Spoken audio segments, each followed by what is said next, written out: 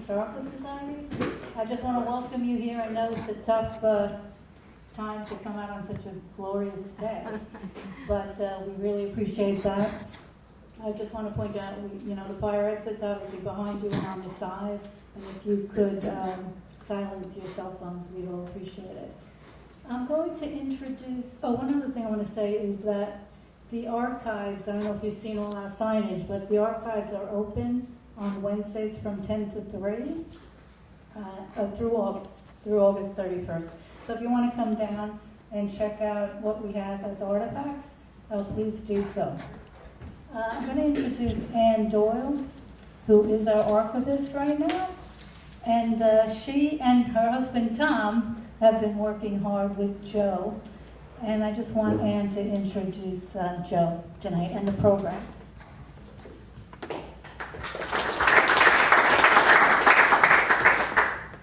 Thanks, Joan. This evening, you'll be treated to a partial viewing of Joe's collection, and it's of old Quonnie postcards. This collection was originally obtained by Joe over 35 years and is now part of the Quonochontaug Historical Society collection. And I'll tell you about Joe in a few minutes. Those of you who have a deep interest in Quonochontaug history already know that just one postcard can teach as many things about our history. It teaches us a lot. And it is certainly a place to begin if you want to learn more.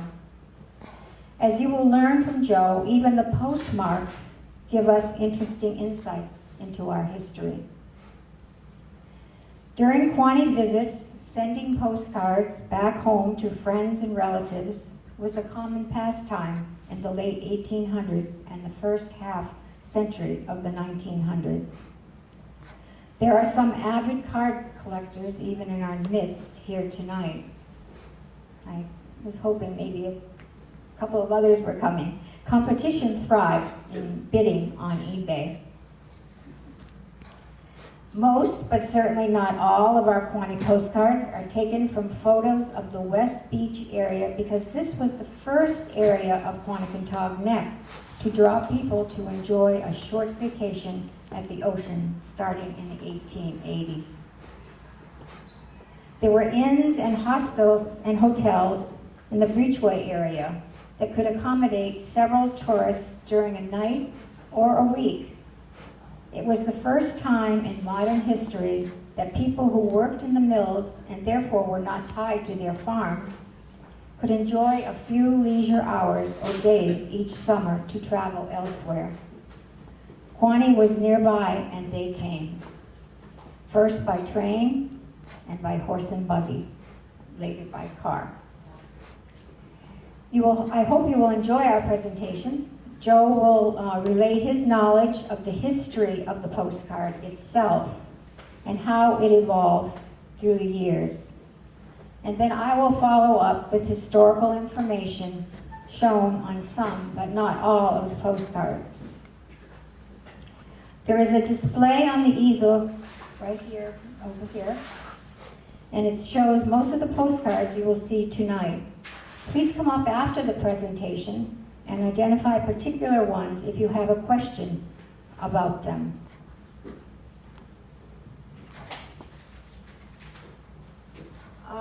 We do have more postcards in our archive, so if you're interested in exploring some of those, just please make an appointment and I would be glad to show them to you. And now about our presenter, Joe Coduri. I actually first heard Joe a few years ago. He spoke at a presentation for the Westerly Historical Society, and I immediately thought you would like to hear him as well. Finally, several years later, he is with us to share his knowledge about the history of postcards. I'll just give you a little bit about his biography. Joseph Coduri received his master's degree in public administration from the University of Rhode Island and began his career on the staff of the university's Bureau of Government Research working with cities and towns throughout Rhode Island. After 14 years, he left the academic environment and became a supervisor of local government assistance for the state of Rhode Island. Joe retired in 2013 after a 45-year career in state service. Joe has been collecting postcards of Rhode Island for the past 35 years, and since 1988, he has chaired or co-chaired the very successful annual exhibit and show of the Rhode Island Postcard Club. His second goal in retirement was to produce Rhode Island towns and villages postcard views at the turn of the 20th century. Joe and his wife now reside in Westerly. And I will pass the microphone now to Joe.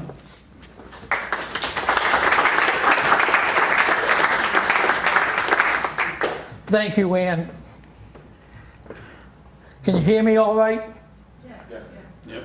That's more you need to know about me than you'll ever need to know about me. But I do want to tell you how I got interested in postcards. It is, but you have to hold it some torture. Yes. How we doing, all right? Maybe through there. All right. I was born and raised in Westerly.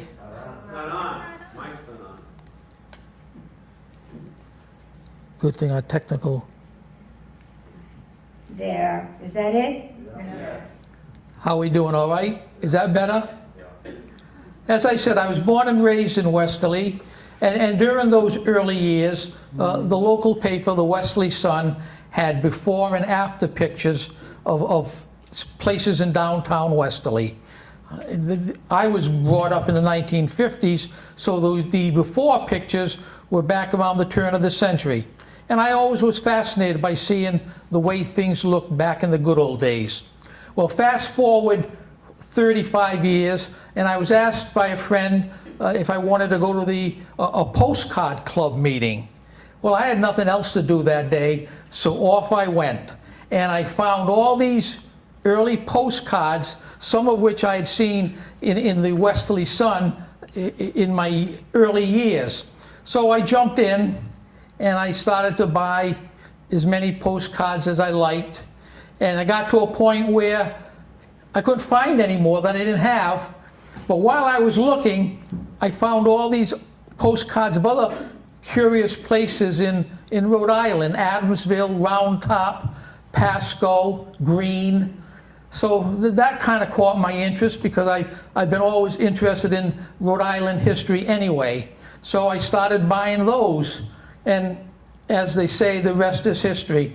I just bought and accumulated and have enjoyed it very much. Met a lot of wonderful people. And now in my retirement years, I'm putting my postcards to use. I've come out with 2 books. The first was on Rhode Island railroad stations in Rhode Island. And the more recent one is Rhode Island towns and villages. I'm working on my 3rd book at the moment on Rhode Island fire departments, all with the emphasis being in the early years, from the early to the mid 20th century.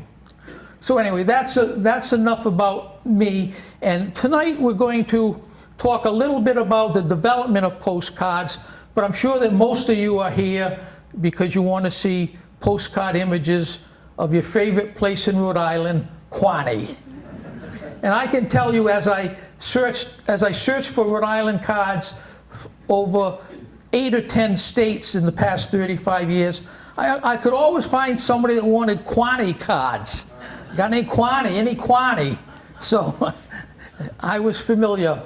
So let me get started by saying postcards actually had their beginnings back at in the mid-19th century. I think Austria or Belgium is credited with having some of the first.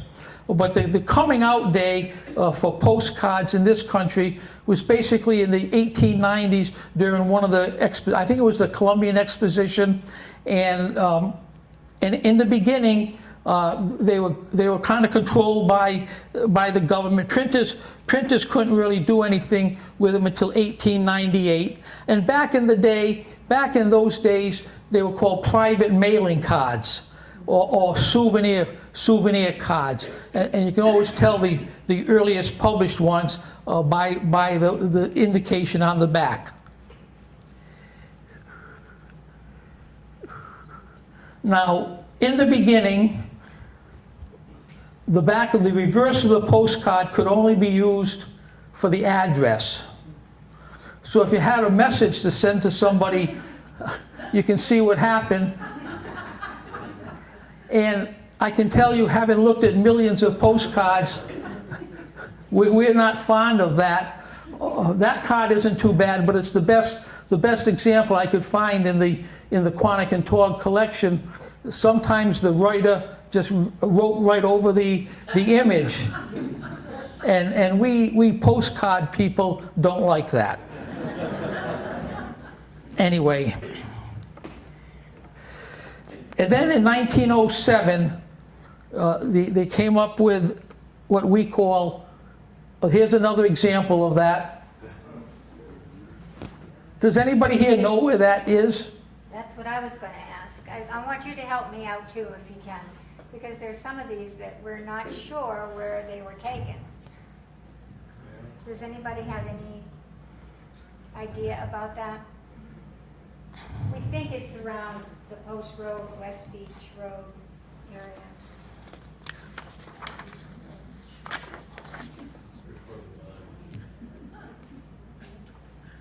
And there's an example of what the back of the early postcards looked like. No place for a message.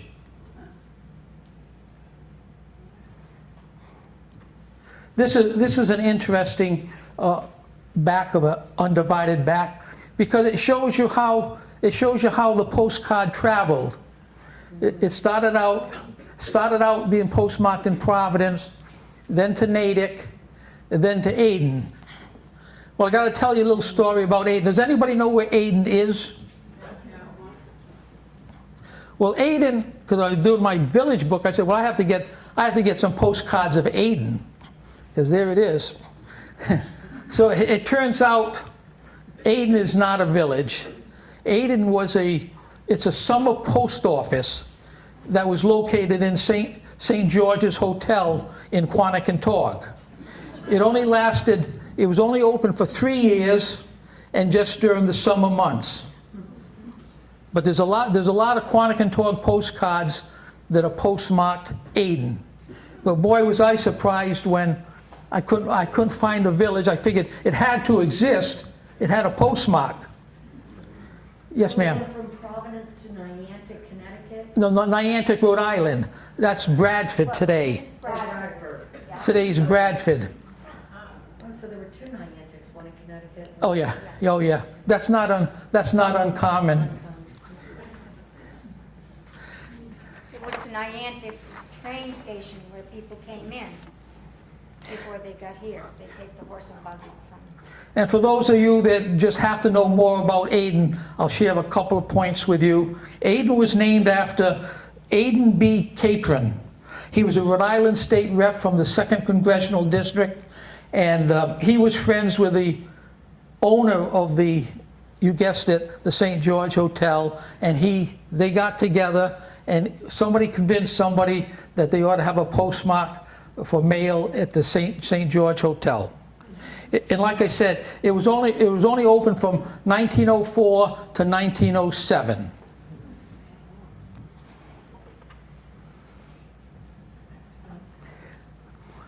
This is an interesting card because it's made from the sale, the wreck of the Harry Knowlton. Postcards there was no restrictions on what postcards could be made of. Obviously, most of them were made of paper, but there are leather postcards, there are metal postcards, and we can see there are cloth postcards, but there are almost always the paper postcards.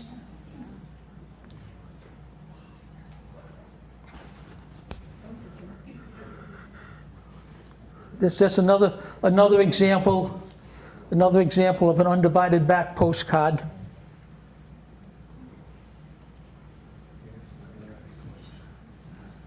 I think this card is on the wall around here somewhere. I think I saw that. Can I say something about you? Sure, go right Wanna ahead. Talk about this one? No, you go right ahead. This is the life-saving station before it became a Coast Guard station. Thanks, Tom. And I think that there's, in some part of our file, we have the names of these men. But if you just take a look at this and you just go a little bit further and you can see, the distance here. This is the front, this is the side that faces the ocean.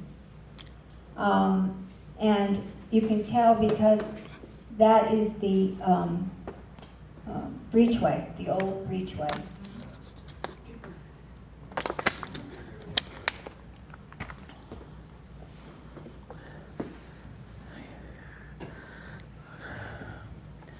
Now, one of the things, for those of you that collect postcards, you've probably have noticed that many of them were made in Germany up until 1914. Because after 1914, the U.S. manufacturers didn't have access to the wonderful German lithography because of the First World War. And postcards, up until that point, were extremely popular. The postcard album appeared in almost every home because postcards back then were a very real form of communication. Very few telephones. They were inexpensive. They were called the penny postal. And it allowed people back in those days to see other parts of the country. If they had relatives that lived in other places, this opened their view of the world. People didn't travel the way they're able to today. So postcards were produced by the millions and millions during that period of, say, 1907 to 1915.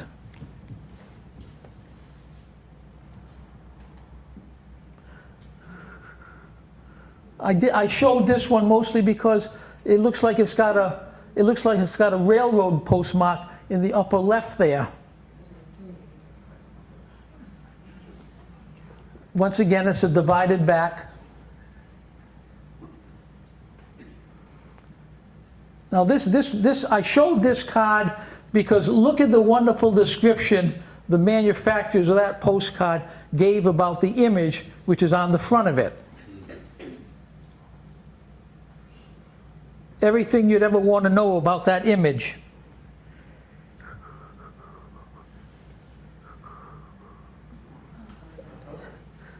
Anybody know who Mother Brindley was?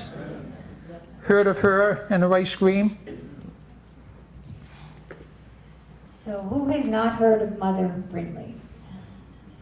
I think all of you have. This is the young Mother Brindley. Usually we see a photo of her and she's much, much older. She came from England. She worked in the mills and knew the person that owned this particular place and asked her to please start a little, like a cafe type of thing, down on the West Beach. I did put some maps up because if you want to know particularly where these were situated, I can show you later after the program. Again, you can learn something just by looking at a distance. This is, does everybody know where Mother Brindley's is? All right. This is I think the back of Mother Brindley's. And those stairs go down towards the breachway, but it's very old. It doesn't even look like the place that it became after this picture was taken. Hold on, I think we got some that you could talk about. This is just another example of a divided back. Looking at that particular card, some collectors just look for the messages. They like to snoop on what some early mail.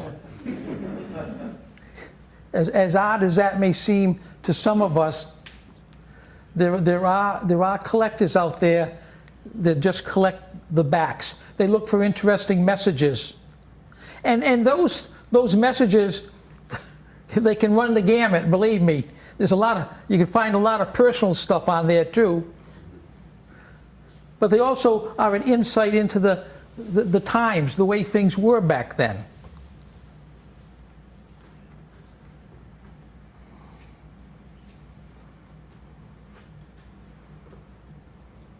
Do you have anything to say? No. Okay, this is the Harry Knowlton.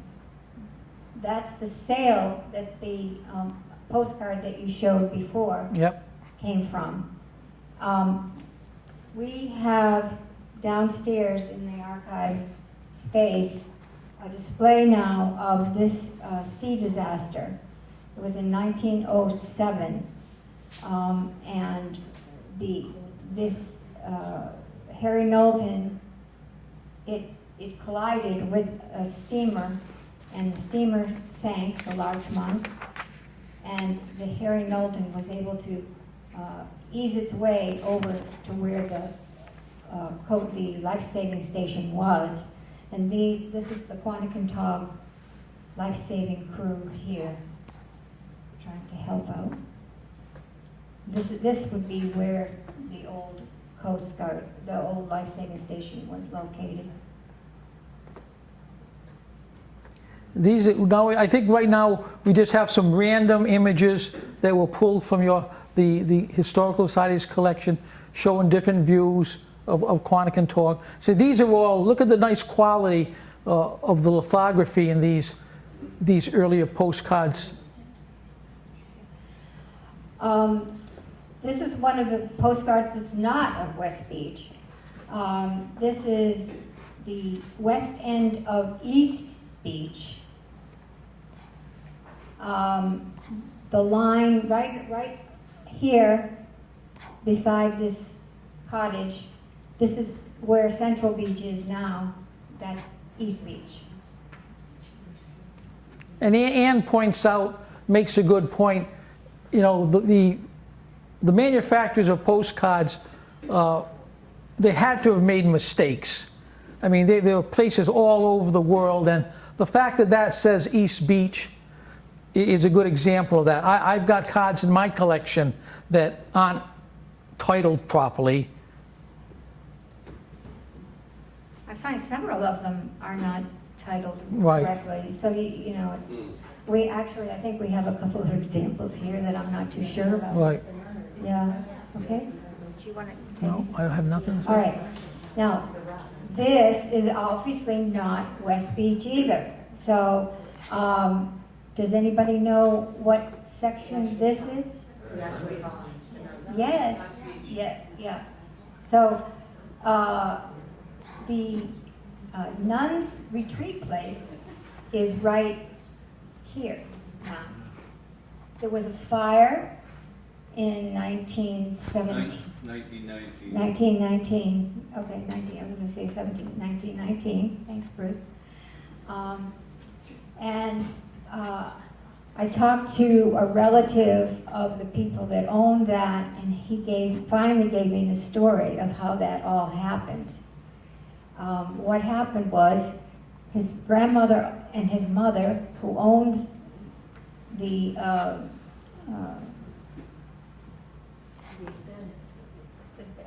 Bennett. That's right. Thank you. I need help with my names. The old Bennett house. They were getting it ready for summer visitors, and they were taking all the newspaper off of the furniture, and they were putting it into the fireplace. And it went up the chimney, out, and it burned down all these places. Yep. Acre, thank you. I need help. Now, here's another image. Now, I don't know whether it's East Beach as it's titled, but Ann would know better. No, you know, this is the one that I questioned. Okay. I really do. I've studied this, and I'm just not sure. At first, I thought it was East Beach, and these were places that were built after some severe storms in the early 1900s by taking some of the damaged cottages. But I'm really not sure. I think maybe this is not, I have a feeling it might be more East Beach, further down. Okay. Way, way down. The Midway, the West End. Does everybody know about the names of the beaches that are along the shore? There's East Beach, there's Central Beach, there's West, well, before West Beach, there's the Ashaway Colony. Yeah. What was that? Dow's Beach, Nuns Beach. Yeah, right. And then further on is West Beach. And then the Midway. This is the Midway. It's before you get to the Breachway. So they all have their own little separate little areas, and everybody knew you from where you came from in these beaches. This is this is the west end of the old breach. Does everybody know about the old breach versus the new breach? The old breach came in exactly where it is now, but it swung around and it went west into the salt pond. And all the inns and the cottages were located along the east side of the old breach. And the hotels started down here, and this is another hotel, separate hotel, all along the way. Until, and So sorry. This is a shipwreck. I think the next card, that's the shipwreck of the John Wyman at Quonochontaug, December 14th, 1907. Fortunately, somebody had owned that card, did the research. I'll go back to it. It's a nice image. Good. I don't know anything about that. You don't? No, I don't. You're supposed to know all this. No, I don't. I tried to look it up and Okay. I couldn't. Can you tell us about it? Not a word. Oh. I cautioned Ann before we began.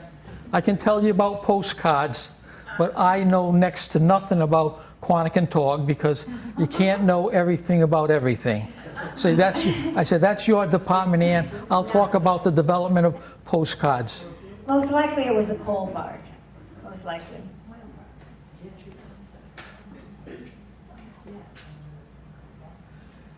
Now this is the first one. This is what's called a real photo postcard. You know, back in the day, people could make their own postcards, and you just apply the picture to what was postcard backs. And thank God for the real photo postcard. They're all pretty much that sepia tone, and they kind of transcend all the different kinds of postcards. You could find them from the 1910 right up into the 1950s, I believe. But thank God for the real photo postcard, because today the only existing images of some of these rural villages is the real photo postcard. I mean, because they're real photographs, they haven't been touched up by lithographers. And if you wanted to see what a certain village, especially if it was off the beaten path and wasn't a popular tourist location, you had to rely upon the real photo postcard to see what that place.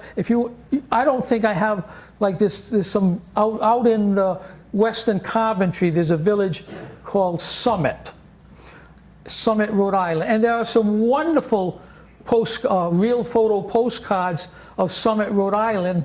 But I've never found a print. Why would I call it a printed card?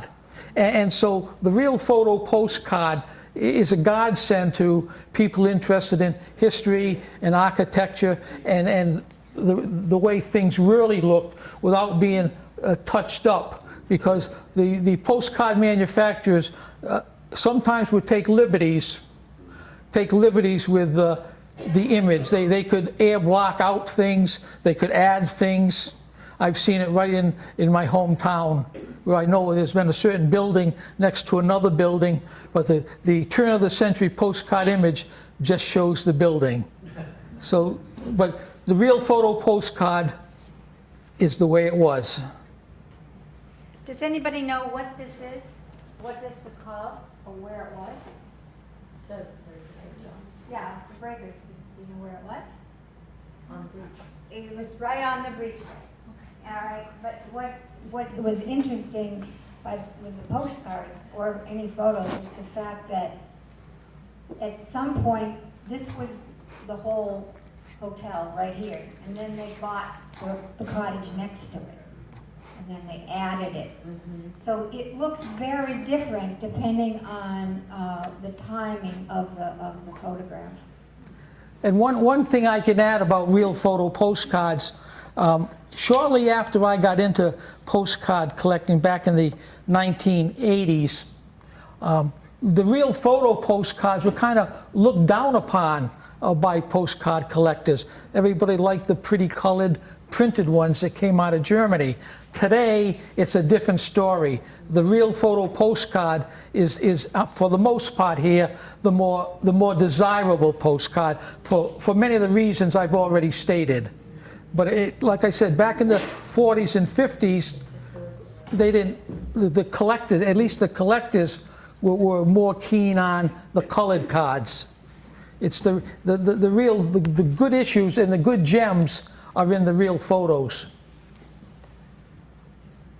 Another example. This is the Worcester House, which was also on the Breachway. The one you just saw, the Breakers, was located, actually this is part of the Breakers, it was right next door to it. So, and again, they changed. They started as a little cottage maybe, and then they renovated it and redid it, and it becomes the Worcester House.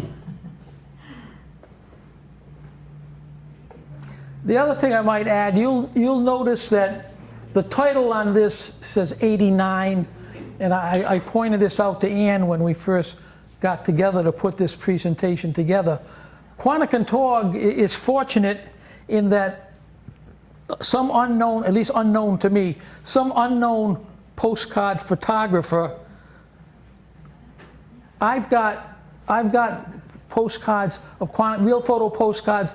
That's number 89. So that means he took all those postcards of Quonochontaug, and I know they're Quonochontaug because I have some by the same photographer that are single digits. So there are a lot of, and Quonochontaug is fortunate for that, because to have that many early era postcards by real photo postcards by a photographer is wonderful. Now this is the beginning of Midway, right? This is West Beach right here. Are you all oriented to that? Yep. So this house right here to me is significant, because after the 38 hurricane, all of them were destroyed or changed dramatically. This particular cottage has a roof line that is very different, and today it's still there. It was repaired and put back in the same place. So that if you are walking the beach here, you can see this particular cottage. It's a Hathaway house. Hello? I thought my, the Oh, hi. house that we own is on the right there too. That is- I'll go back in. All right, go ahead, let's, yeah. That one. Oh, this is the bar, yes, yes. Can you say something about that? Do you want Well, it's been in my family. I have a fifth or sixth generation. Yeah. My mother's grandmother bought that. So I think it was built in the late 1800s. Yeah. Yeah, and it was place where a couple of people survived the 38 hurricane as well. That's Yeah, my mother's grandmother. yeah. Sat on the back porch there. It's still there on Turnway, right? Ah. Turnway.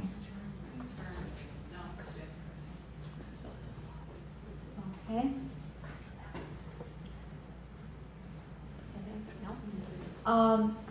This is the Morris Cottage, and it was built in early 1900, I think it was about 1917, by Chester Morris. Does anybody know who that is? Tell us, Richie, tell us. Well, that house was owned by my family from the 1938 till just recently.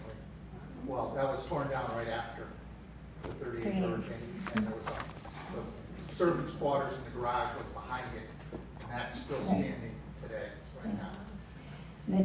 And the Chester Morris family, did anybody ever watch Boston Blackie?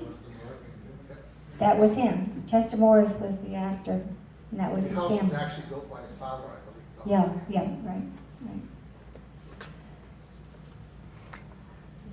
There's another card by the same publisher. We're down to number 57 there, and that's Aden. Whichever one of those is St. George.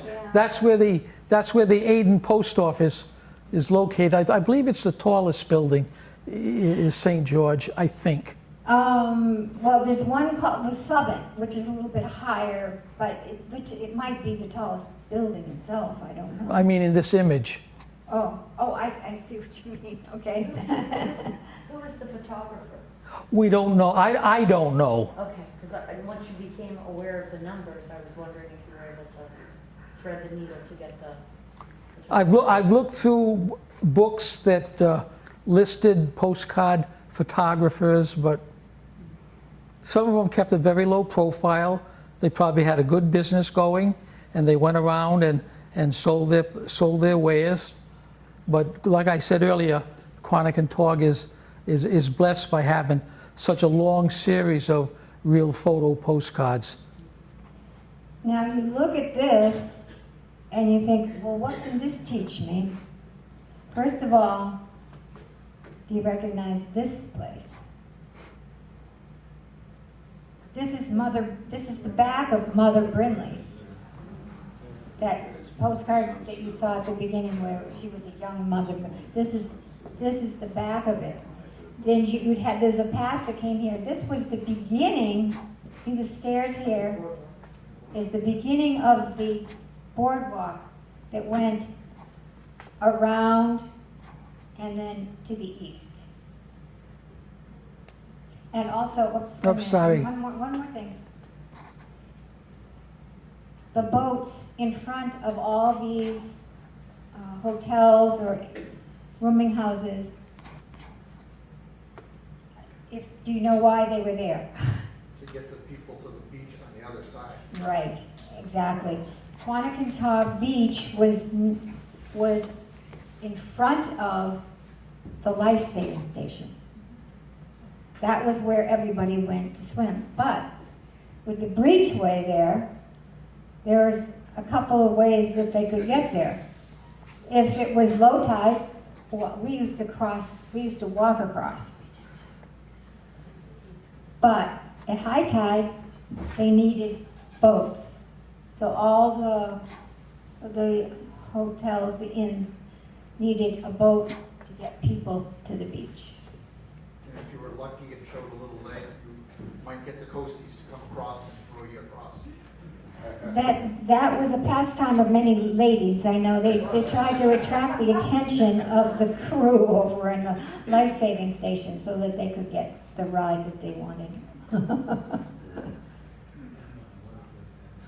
This is the salt pond. I don't know who that is. I'm not sure. I like that postcard simply because it shows the people there and the clothes they wore, even though they are out boating, All dressed up. all dressed up, out Yeah, boating. Yeah.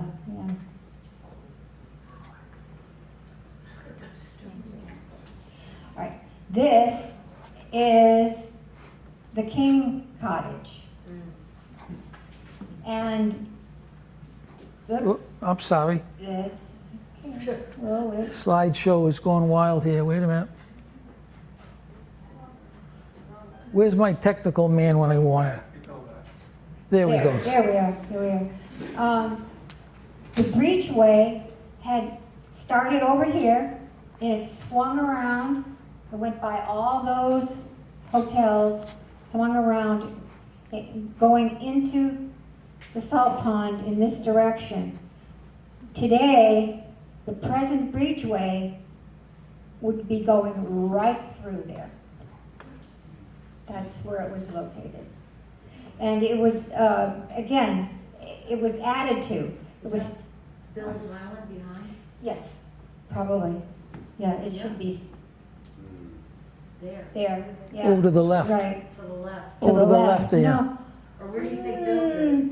Right above the chimney. They're talking about, I think they're talking over, Oh, here. up over maybe. there, yeah, to the left, Here. over to the left. No, Well, I don't know what those, no, it's a large island. You might be able to locate it on the map, yeah.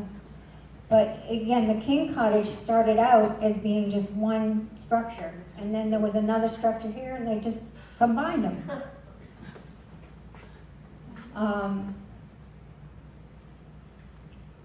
And these are a mystery to me here, because they are on what we consider very marshy land right now, and I don't know. I don't know anything about the people that own those or anything. Yeah, it's cool. anybody know where Gavitt's Cove is or was? Is that on the other side of the pond? This is like near Shady Harbor. Yes, Somewhere, exactly. yes. I know the Behind outside, Big yep. Rock and that cove there. That's what I was wondering. Yeah, I have sent the ladies that I kayaked with on a mission one day to try and find out which cove in Shady Harbor this is. It wasn't so easy because they weren't sure, but it is Shady Harbor.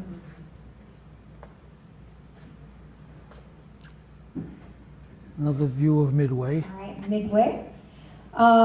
Midway, do you know, all right, what about this? That's the Morris Point House. That looks like, the Yes. Yep, That's the Morris Point.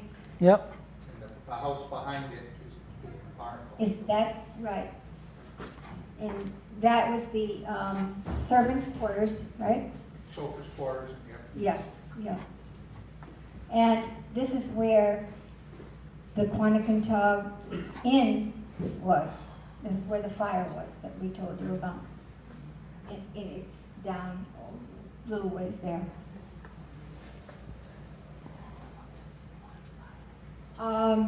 This is we're still in the Midway, the end of the Midway, before we get to the Breachway. You see how they've extended the boardwalk that was on the Breachway? It's like today. You know, you never know what somebody's gonna add to their house, their cottage, and they made changes then, obviously, and somebody started building this extension of the boardwalk.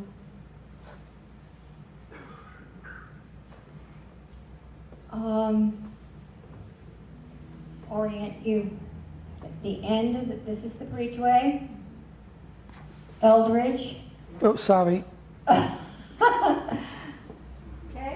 yeah, Eldridge, Ocean View, Worcester House, the Breakers. And see, look at all the boats that they had. They had to have these little boats.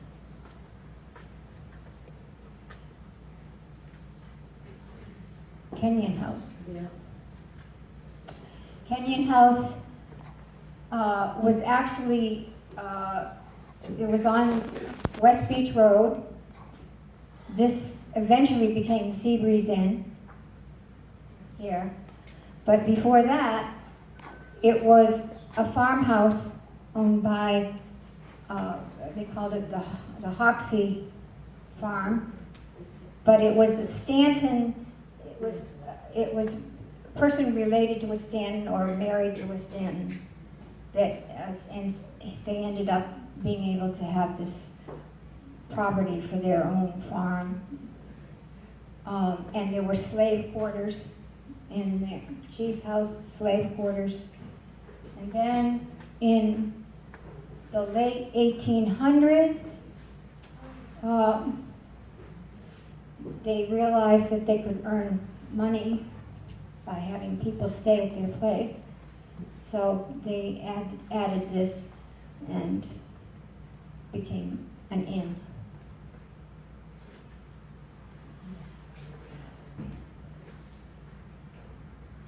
All right, let's see if you've learned some history. All right, what's this? King Cottage, right. All right, look at this, it's a wonder that they didn't have water Yes. in their dining room and bedroom. I mean, it's just amazing. It was so low, This was obviously completely destroyed during the 38 hurricane. And the person in there ended up across the pond. And that's number 2 in the series. I know, how lucky are you to have number 2? Yeah. That's pretty exciting. You all done, Ann? Eldridge. Yeah.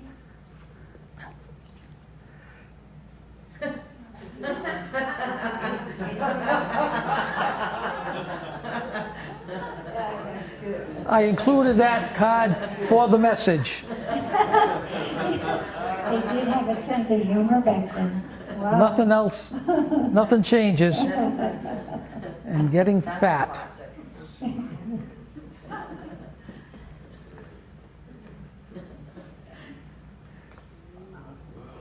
Can I talk? What? I have nothing to say. Okay.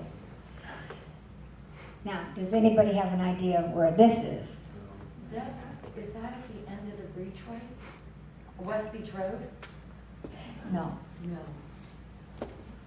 Well, if Susie doesn't know, I don't think anybody else does.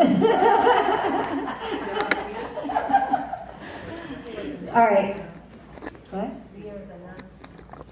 Yeah. This is, remember we talked about the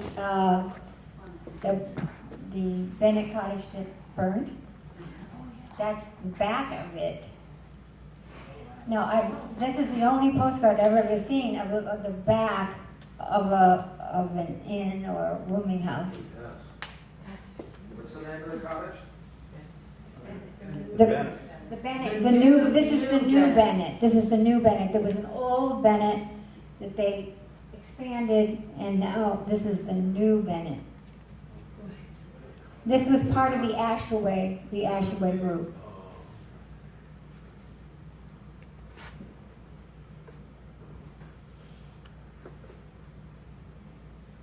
Just showing the people on the rocks. Yep. Again, That's all Hughes houses over yeah, is this where the Hughes is? I think the Hughes is tucked in there, and then those are the rocks that are off that beach.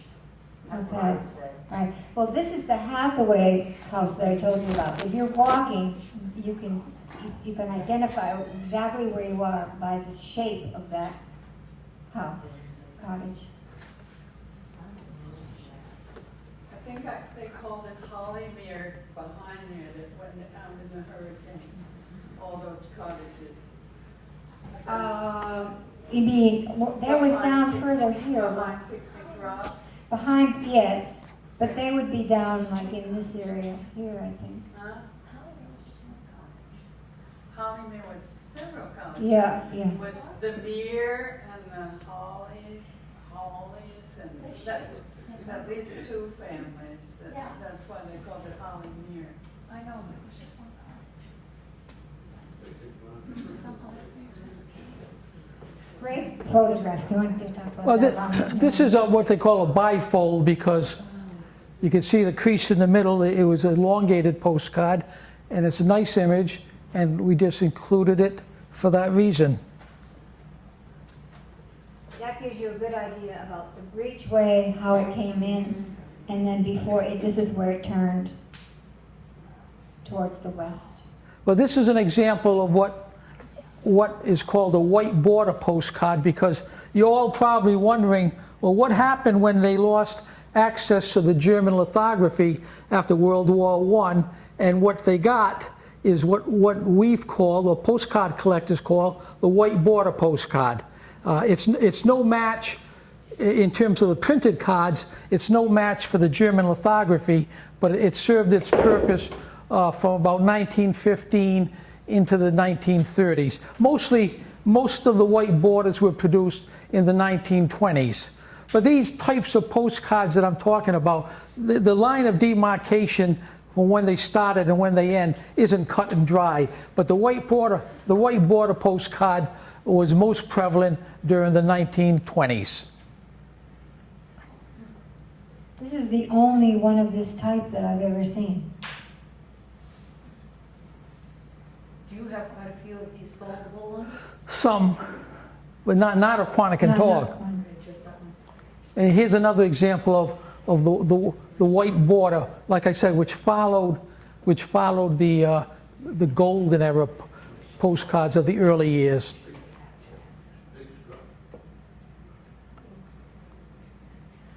The Coast Guard, this is what it became, the Coast Guard station. In 1915, it switched over from the life-saving station to the Coast Guard station. And you can see changes in the station, too. In some of the earlier, there was only one large entry. Now there are two. And again, when they went to save get to a ship, this was going into the breachway, and then they had to go out. Mm-hmm. The front, they had a large entry as well, but this was where they had put the boats in the water this way. And you can see the wall. Now, I included this because that's the back side of a white linen postcard. You notice it happens to be postmarked 1927, and the message is kind of, if I recollect, the message is sort of interesting. While they tell you where they stayed. Up in the left window is the watchman will. Price went up to 2 cents. There you go. Very observant. Yep.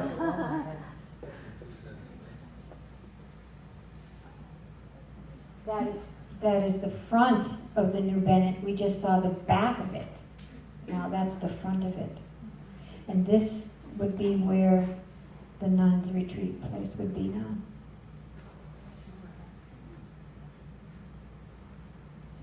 Well, you can see by comparison to the early era that not that there's anything wrong with the images, but they aren't as sharp, and it isn't as good as those early ones we showed, which were done in Germany. And they aren't as prevalent either, for many reasons, because I think what's been called the postcard craze sort of ended, with the First World War. Not that people gave up on them, but it wasn't the way it was during that early era from 1907 to 1915, where millions and millions of postcards were found.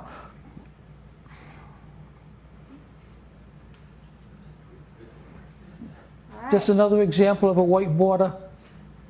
I'm done. Okay. This is the fire, results of the fire. And further on, that is the what now? Well, it's one house. Yep, that's where Chester Morris lived and The one, that's the other one. Dowd, the Dowd Dowd. house. Right. Do you notice this too? Is it a windmill? Yeah, windmill. There were several windmills around. It's in East Beach, actually, too. Yes, Is there's, the White House on the far left, does that still exist today? I think it does, yeah. I- Next to? I don't know who.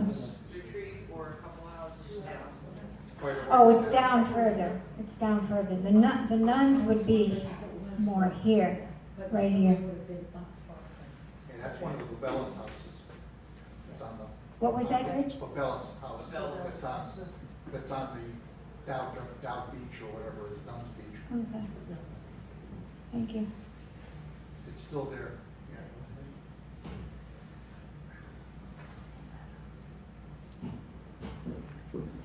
Life-saving station? But this is a good example of the, especially a good example of the poorer quality of the white border postcards. It's more like a painting than a. Yeah, that's true. Did those Just- dunes get wiped out? in Yeah, 38? I was gonna say, notice the dunes. When we would walk over to that area from the east side of the breachway to the west, there were these big, big dunes, and they're all gone now. They're lowered.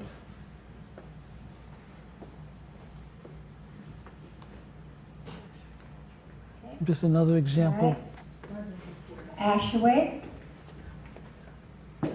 This is the only house that I think is standing still. That's Mulcahy's house. More of the same.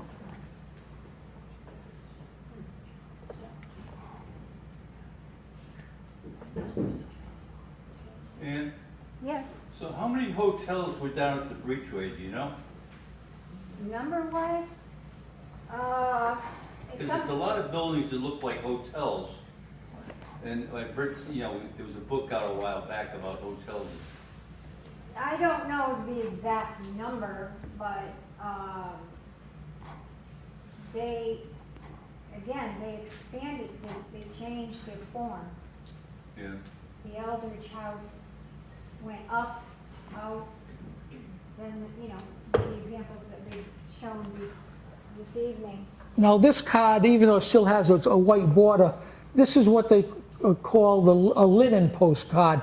If you look closely at the image, you could see like it has like a linen effect, especially in the blue water and the blue sky. And they came out in the 1930s and were quite common through the 40s and the early 50s. But the postcard collectors refer to them as linens. And they were produced by a company out in Chicago. Do they have, are they preserved more easily than others? Not necessarily. Well, I'm certainly not aware. And that was, in fact, that was the only example of a linen postcard in your collection, which is not a bad thing. And then the final type cards are the ones we have today, the glossy, they call them chromes, photochromes, and this is what we would call a modern postcard. This is the new breachway. I think the next picture also, I'm going to say something, it's also from. Yeah. Yeah. Thank you. I think this is a great photograph. The new breachway. Do you see where the old breachway went this way? They took the sand, they stopped it up here. This is where the Coast Guard life-saving station was located there. So if you wanted to go over and see the wall, for instance, that's remaining of the life-saving station, you have to take your kayak and go around and in and get out of your kayak here, and then you have to cross over here, and then you can see it. It's still there. The wall is still there.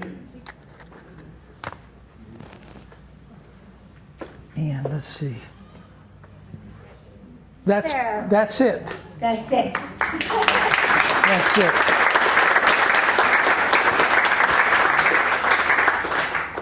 Thank you.